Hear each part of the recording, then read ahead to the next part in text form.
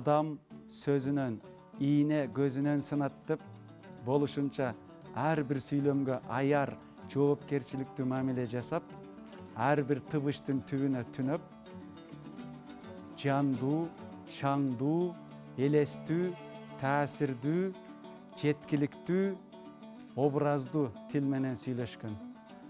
Ошол биздин ата бабаларыбыздын айтым кептерин, нускалуу сөздөрүн, оозунан чыккан сүйлөмдөрүн уккан ар бир жарандын кулагынын кумары канып, чери жазылып, сөөгү агарып, дили тазарган.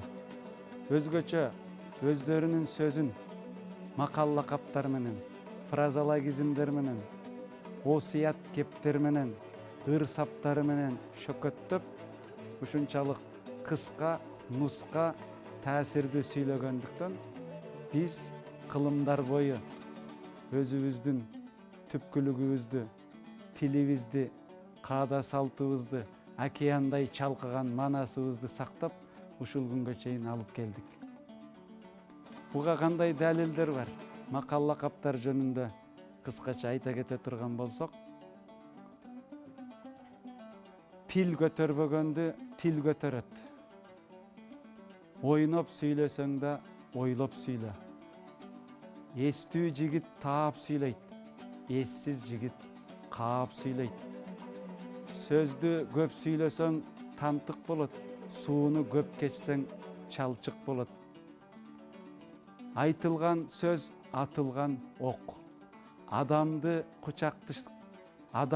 кучакташтырганда, бычакташтыргандагы сөз. Тили таттуу аш жейт, тили ачуу муш жейт. Бутунан жаңылган турат, тилинен жаңылган турбайт.